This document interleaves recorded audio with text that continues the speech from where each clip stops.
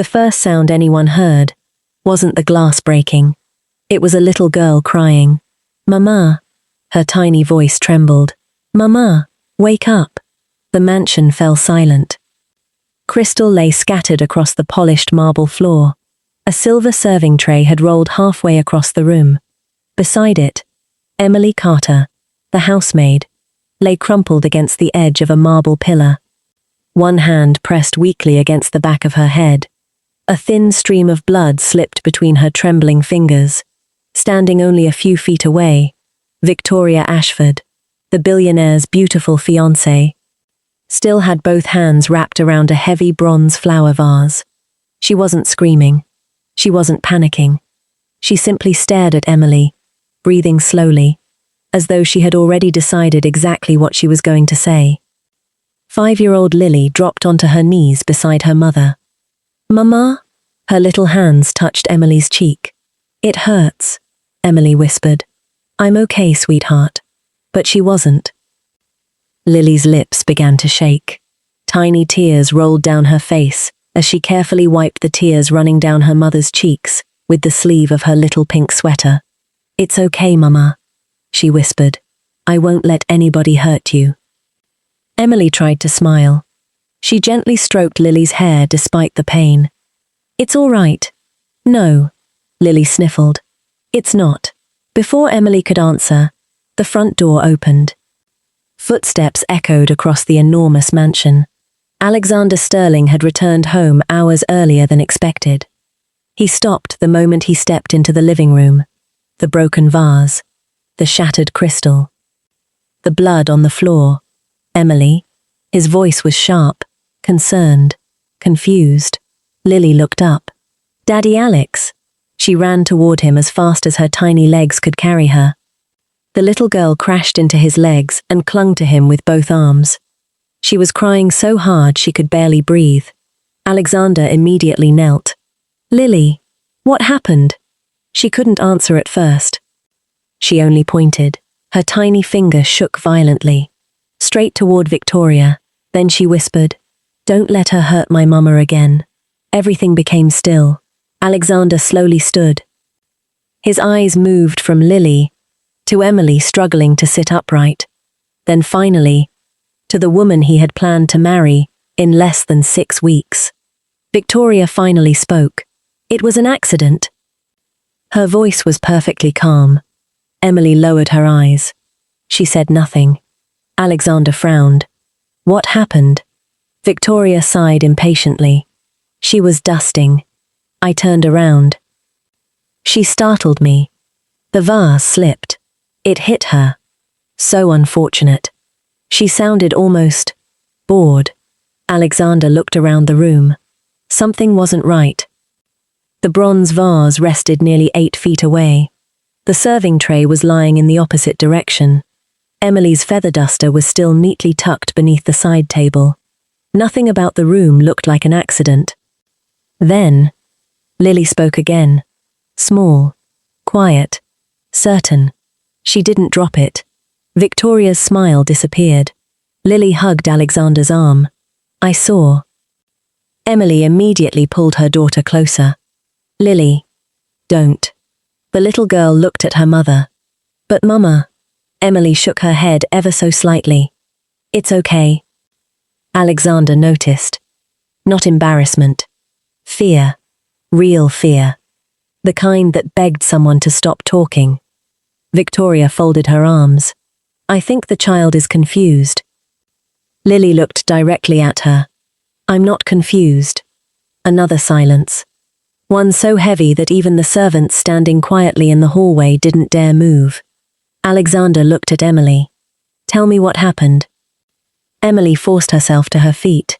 She winced, then lowered her head. "It was an accident, sir." Victoria smiled again. A tiny, satisfied smile. Alexander stared at Emily for several long seconds. She wouldn't even meet his eyes. He had employed Emily for almost 4 years. She had never lied, never complained, never blamed anyone. Yet today, something about her voice sounded broken. Not from the injury, from something much deeper. Alexander slowly turned back toward Victoria. She looked composed. Elegant. Flawless. Exactly the woman everyone admired. Yet for the very first time, he noticed something he had never seen before. She wasn't looking at Emily. She wasn't looking at the blood. She wasn't even looking at him. She was looking only at Lily. And the expression in her eyes made his blood run cold. It wasn't guilt. It wasn't shock. It was a warning. As if silently telling the little girl, "Keep your mouth shut." Alexander felt something shift inside him. Not certainty, suspicion. Because children sometimes misunderstood what they saw. But they almost never misunderstood fear. And the fear in Lily's tiny eyes was unmistakably real. Unaware that this single afternoon would uncover secrets buried for years. Alexander helped Emily to her feet, not knowing. The woman he trusted with his future had already begun planning something far more dangerous than anyone inside that mansion could imagine. If you have ever watched someone powerful hide cruelty behind a beautiful smile, this story is for you. Welcome to Aurora Cinema Fiction. Stay with us. If this story moves you, please subscribe, like, and share. It means everything to this channel. 3 years earlier, Emily Carter wasn't born into poverty. She had a degree, a husband she loved, and a little daughter named Lily who made every difficult day worthwhile. Then one rainy afternoon, she came home early carrying Daniel's favorite pastries. The apartment door wasn't locked. She smiled. "Daniel?" No answer. Then, a woman's laughter. Emily stopped outside the bedroom. The pastries slipped from her hands. Her husband was in their bed, with someone else. She stood there only a moment, long enough to understand. Some betrayals don't need explanations. She walked into Lily's room, picked up her sleeping daughter, and never came back. The divorce took everything except her dignity. So Emily worked. Any job, any shift, anything that kept food on the table. Until one day, an elderly woman noticed her kindness and offered her a position at Sterling Manor. Emily accepted, not knowing the mansion she had just entered would change her daughter's life forever. 3 years later, Sterling Manor had become Emily's second home.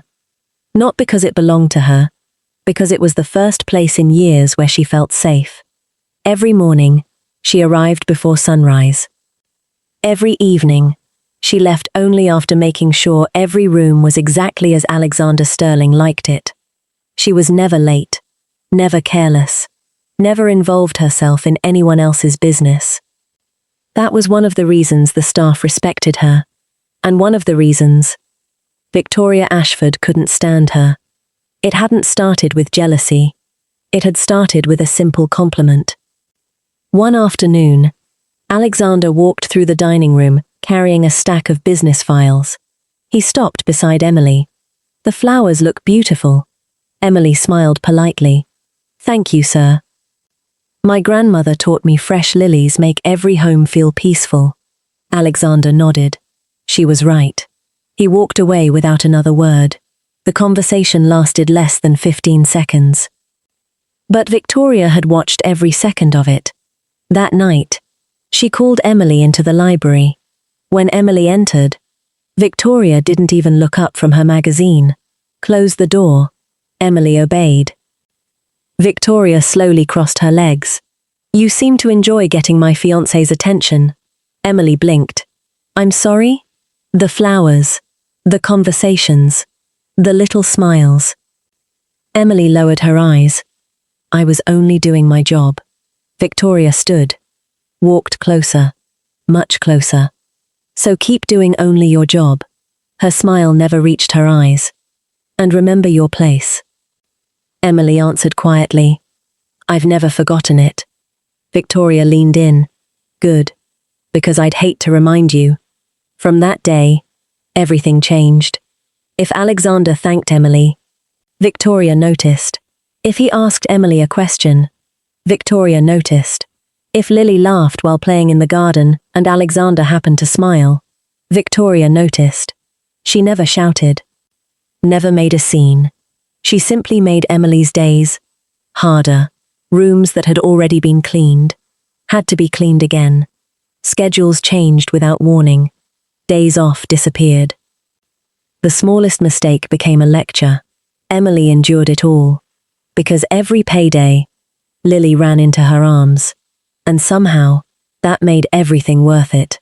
One Saturday afternoon, Alexander returned home earlier than expected. As he stepped into the garden, he found Lily sitting beneath an old oak tree. Her tiny fingers carefully wrapped a bandage around the wing of an injured bird. Alexander smiled. "What have we got here?" Lily looked up. "He fell. So Mama and I are helping him." Alexander crouched beside her. "Do you think he'll fly again?" Lily nodded confidently. "Mama says if someone is kind when you're hurting, you remember it forever." Alexander glanced toward Emily.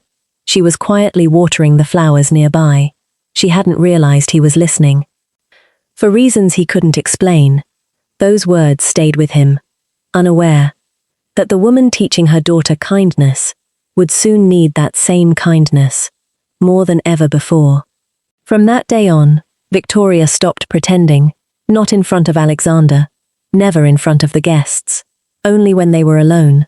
She found quiet ways to remind Emily who belonged in the mansion and who didn't.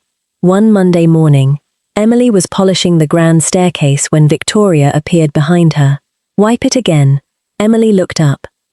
"I finished it 5 minutes ago." "I know." Victoria smiled. "I can still see fingerprints." Emily looked carefully across the polished wood. There weren't any. Still.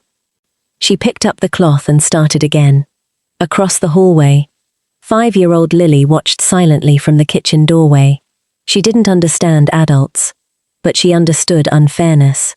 That evening, as Emily tucked her into bed, Lily asked softly, "Mama, did you do something bad?" Emily stopped. "What makes you ask that? Pretty lady is always angry with you." Emily brushed a strand of hair away from Lily's forehead. "No, sweetheart. Sometimes," she smiled gently, "people carry storms inside them. It doesn't mean you caused the rain." Lily thought about that for a long moment, then nodded. The next few weeks, the little girl began noticing things no one else did. Whenever Alexander entered the room, Victoria smiled. The moment he left, the smile disappeared. When guests visited, Victoria praised Emily. "She's wonderful. So hard-working. So loyal." The guests admired her kindness. The front door would close. Victoria's voice became cold again. "You're standing around. Do something useful." Emily never answered back. Not once. Because she needed the job. And because she refused to let Lily grow up watching hatred. One Saturday afternoon, Alexander announced a family luncheon. His grandmother, Mrs. Eleanor Sterling, was coming to visit. The entire mansion buzzed with preparations. Victoria wore an elegant cream dress. Every servant rushed from room to room. Emily spent hours preparing the dining room exactly as requested. Fresh flowers, polished silver, crystal glasses aligned perfectly. As Mrs. Eleanor arrived, Lily peeked shyly from behind the kitchen door. The elderly woman noticed immediately. "Well?" She smiled warmly. "And who is this beautiful young lady?" Lily hid behind Emily's leg. Emily apologized. "I'm sorry, ma'am. She's a little shy." Mrs. Eleanor laughed. "The best people usually are." She knelt slowly despite her age. "Hello," Lily whispered. "Hello." Mrs. Eleanor reached into her handbag. She pulled out a small chocolate wrapped in gold paper. "For you." Lily looked at Emily first. Emily nodded. Only then did Lily accept it. "Thank you." Mrs. Eleanor smiled. "You've taught her good manners."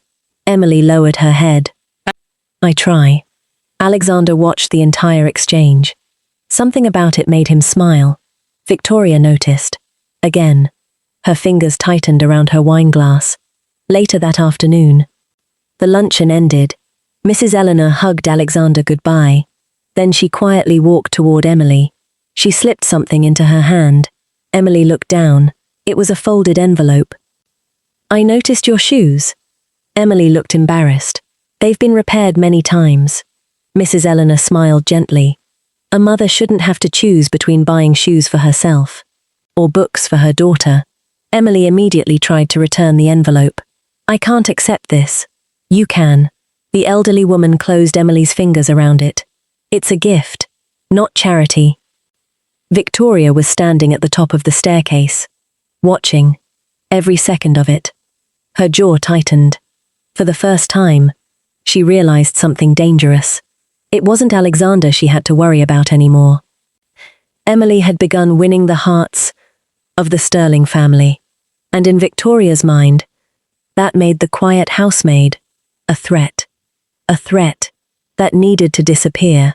Victoria didn't lose her temper. She lost her patience. Emily had survived every insult, every impossible task, every humiliation. She still showed up every morning, still smiled, still refused to quit. Victoria decided, if Emily wouldn't leave willingly, she would leave in disgrace. One Thursday afternoon, Alexander was preparing for the biggest meeting of the year, a confidential acquisition worth hundreds of millions of dollars. Only 4 printed copies of the proposal existed. One remained inside his study, locked in the top drawer of his desk. Victoria watched Alexander place the key in his jacket pocket before leaving for a video conference. An hour later, she smiled, because she already had another key, a perfect copy, made months earlier. The hallway was empty. The staff were preparing dinner. Emily was cleaning the upstairs guest rooms. Victoria quietly unlocked the study. She removed the confidential file. Then, she walked downstairs, straight toward the housekeeping closet. Emily looked surprised. "Miss Victoria? I found these towels in the wrong cabinet. I'm sorry. I'll move them." Victoria smiled politely. "No need. I already did." She placed the confidential folder behind a stack of freshly folded bedsheets, so no one would notice. Then she quietly walked away. 30 minutes later, Alexander entered his study. He opened the drawer. His expression changed. The file was gone. His assistant searched the office. Nothing. Within minutes, every employee inside the mansion was gathered in the main hall. Alexander remained calm. "I'm not accusing anyone, but those documents cannot leave this house." Victoria folded her arms. "Perhaps," she spoke carefully, "we should search everyone's work area." Emily looked up. "Mine too." Victoria smiled. "If you have nothing to hide, there shouldn't be a problem." The staff searched together. Kitchen, laundry, storage rooms. Then, the housekeeping closet. One of the security officers reached behind the towels. His face went pale. "Sir." He slowly lifted the confidential folder. Silence. Every eye turned toward Emily. She stared at it, completely stunned. I've never seen that before." Victoria sighed sadly. "Oh, Emily. I defended you." Alexander looked at Emily. "Can you explain this?" Emily tried. "I honestly can't. I've never entered your study." Victoria lowered her eyes. "Perhaps. You were desperate." Emily's face flushed. "I would never steal from you." Victoria quietly added. "People do unfortunate things when they're struggling." The words hit like a slap. Emily understood exactly what Victoria was implying. Poor, single mother, desperate. She felt every servant looking at her. Alexander said nothing. He simply looked at Emily. For 4 years, she had never lied, never stolen, never broken his trust.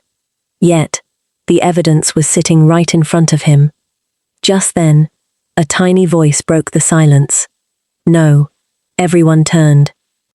Lily stood at the end of the hallway. She had been holding her coloring book. Now it hung loosely at her side. Alexander knelt. "Lily?" She pointed. Not at the folder. At Victoria. Pretty lady put it there. The mansion became silent. Victoria laughed softly. Sweetheart. You must be mistaken. Lily shook her head. I was drawing. I saw you. You put the blue book behind the white towels.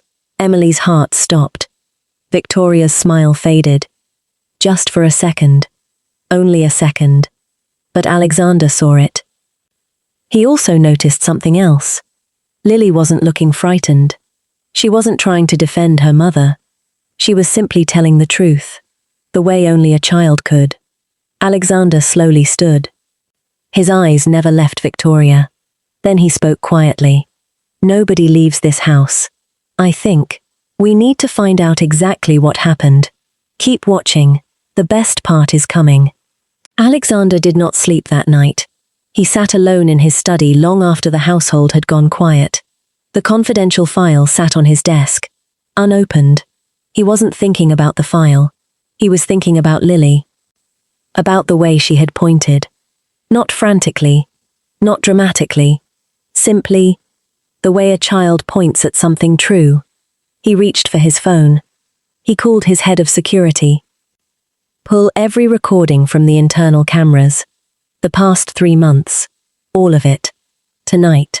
By morning. He had watched 12 hours of footage. The first hour showed him things he had simply never noticed. Victoria asking Emily to rewash floors that were already clean. Victoria changing Emily's schedule without informing her. Victoria standing in doorways, watching Emily work with an expression no guest had ever seen. The second hour showed him more. A broken vase in the kitchen. 3 weeks ago. Victoria had told him it fell. The footage showed her setting it on the edge of the counter while Emily's back was turned. Waiting. Then deliberately nudging it. Emily had apologized for it. She had offered to pay for it from her own salary. Alexander remembered telling her not to worry. He had believed her carelessness. The third hour showed him the study. Victoria entering with her own key, removing the file, walking calmly to the housekeeping closet, placing it behind the towels, returning upstairs, adjusting her hair, smiling as she passed a mirror in the hallway. Alexander watched it 3 times. He did not speak. He did not move. He simply sat with the particular stillness of a man who has just understood something he cannot undo. He called Victoria downstairs at 7 that morning. She arrived looking composed, elegant as always, a soft smile on her face. You're up early. She sat across from him. I couldn't sleep either. Yesterday was so exhausting. Alexander said nothing. He turned the monitor toward her. The footage was already playing. Victoria looked at the screen. Her expression didn't change immediately. She watched herself walk into the study, remove the file, walk to the closet, place it behind the towels. Then the screen showed her adjusting her hair in the hallway mirror, still smiling. Victoria looked away from the monitor. That isn't. Don't. Alexander's voice was quiet. Very quiet. The kind of quiet that does not need volume. Victoria looked at him. For the first time since he had known her, she had nothing to say. He turned the monitor again. A different recording. The broken vase. Victoria watched herself nudge it from the counter. Then another clip. The staircase. 2 weeks before the attack. Victoria standing above Emily. Her hand resting on a decorative shelf. Watching Emily work below. Her fingers moved. A small figurine shifted toward the edge. Emily had moved at the last second. The figurine shattered beside her feet instead of on top of her. Emily had apologized for startling Victoria. Victoria had accepted the apology. Now Victoria sat completely still in the chair. Alexander leaned forward slowly. How long? She didn't answer.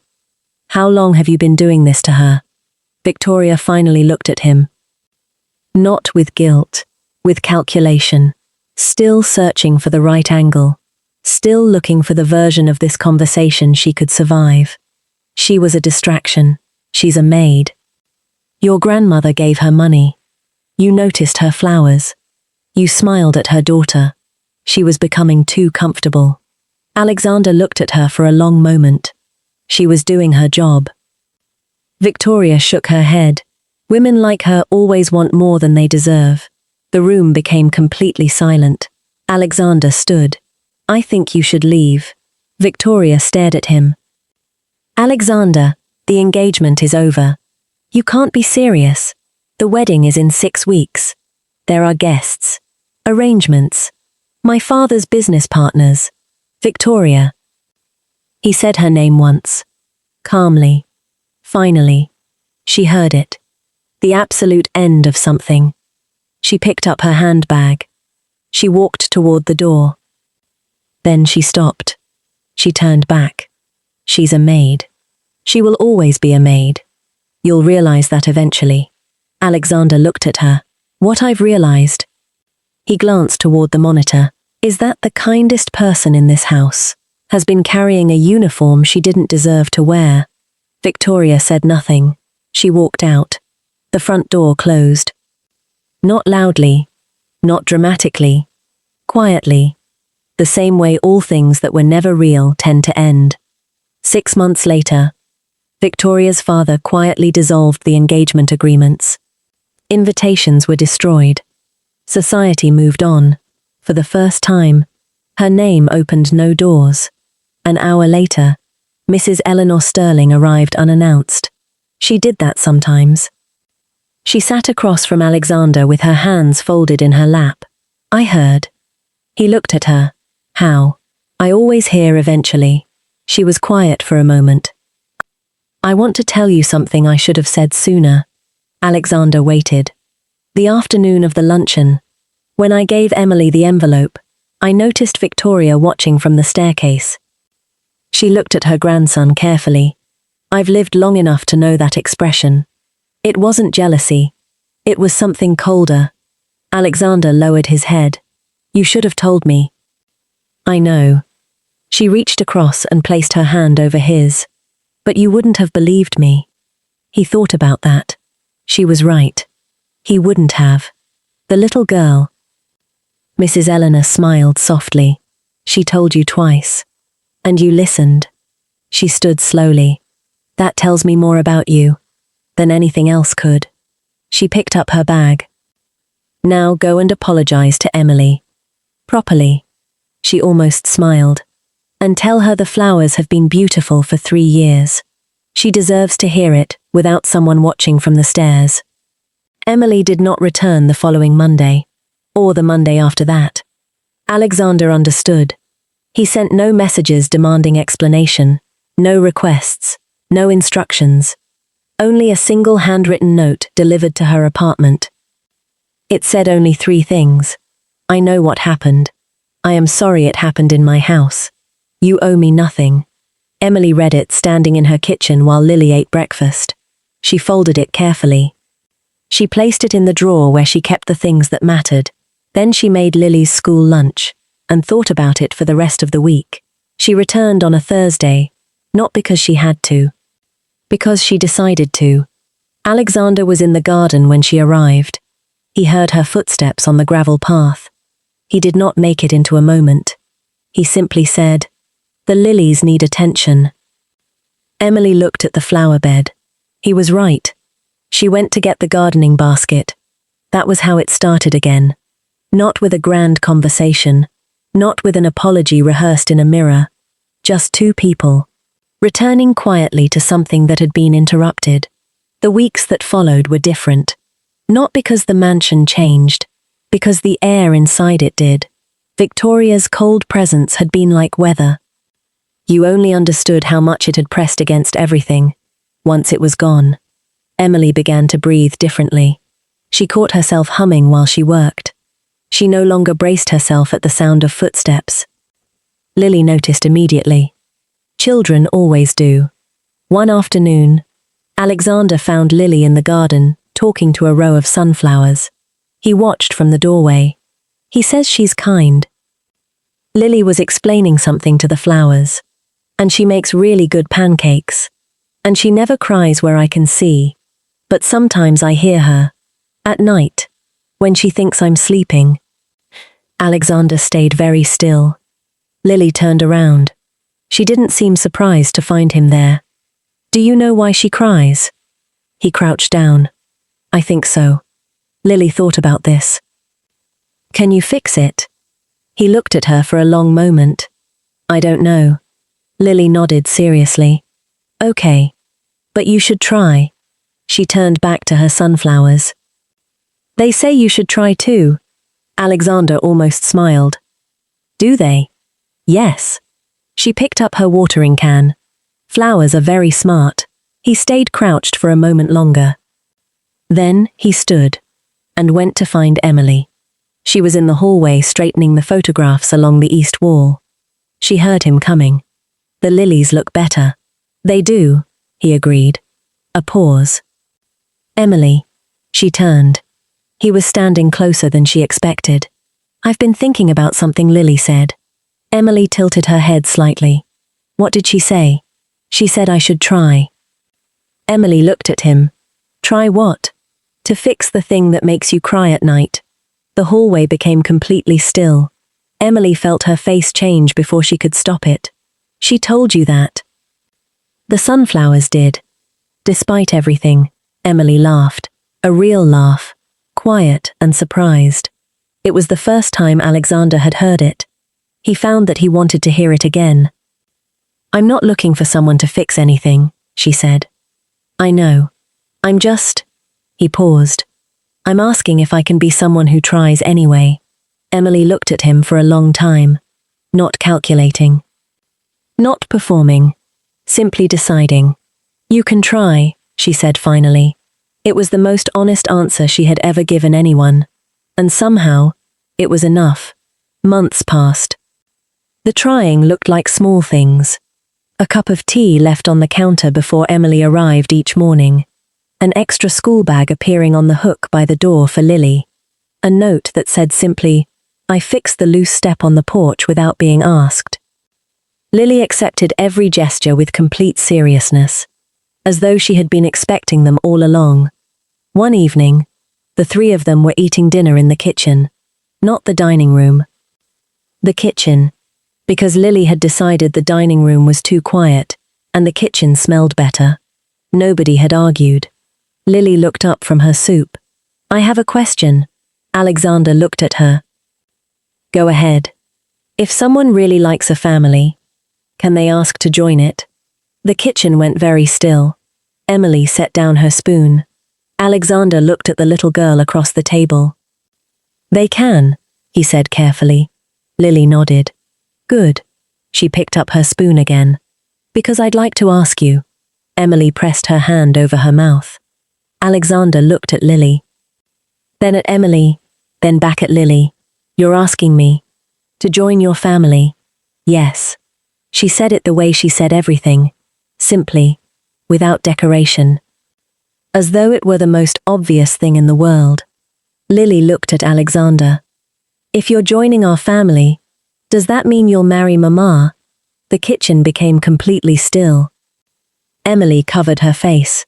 Alexander laughed softly. You ask very difficult questions. Lily frowned. No. I ask easy ones. Alexander looked at Emily. Then, very slowly, he reached into his jacket. A small velvet box appeared on the table. I was hoping someone would ask. Emily stared at the little velvet box. Lily blinked. Is that a ring? Alexander smiled. It is. Lily looked at her mother. Mama? You have to say yes. Emily laughed through tears. She looked at Alexander. He was watching her. Not the ring. Not the moment. Her. Yes, she said. Lily immediately slid off her chair. She threw her arms around both of them at the same time. Which was not entirely possible given the distance between them. But she tried anyway. And they met her halfway. 1 year later, Sterling Manor was still the same house. Same marble floors. Same grand staircase. Same enormous windows overlooking the garden. But it sounded different. It sounded like a home. Lily's drawings covered the refrigerator. Her shoes were always by the wrong door. Her laughter moved through the hallways at speeds no one had ever managed before. Mrs. Eleanor visited every Sunday. She always brought the same chocolate wrapped in gold paper. Lily always accepted it with both hands, and always said thank you, because Emily had taught her that kindness deserved to be received properly, just as much as it deserved to be given. On a quiet Sunday afternoon, Mrs. Eleanor sat in the garden watching Lily chase a butterfly through the flower beds. Alexander sat beside her. She didn't say anything for a while. Then, she told the truth. Alexander looked at her. The little girl. Twice. She smiled. And both times she saved someone. Alexander watched Lily trip on a root and bounce immediately back to her feet without missing a step. She did. Mrs. Eleanor reached for his hand. Some people spend their whole lives hoping someone will be brave enough to tell the truth. She looked at Lily. She was 5 years old, and she didn't hesitate. Alexander nodded. Not once. Mrs. Eleanor smiled. Hold on to that, family. She squeezed his hand once. The brave ones are rare. Lily finally caught the butterfly. She held it gently for one moment, then opened her hands. She watched it fly. Then she turned around and ran back toward them both, arms wide open. Lily wrapped one arm around Emily, the other around Alexander. Then she smiled, the same smile she had worn the day she pointed at Victoria. See? Nobody hurt my mama. Alexander kissed the top of her head. No, and nobody ever will again. Above them, the lilies Emily had planted swayed gently in the afternoon breeze. Sometimes, it isn't wealth that builds a family. It is one child, brave enough to tell the truth. Thank you for spending this time with us. If this story moved you, share it with someone who needs it today. Subscribe to Aurora Cinema Fiction. Leave a comment below and tell us where in the world you are watching from. You might be surprised how many people felt exactly what you just felt. And remember, every story we tell is made with one purpose: to make you feel deeply and remind you that love in all its forms is always worth fighting for.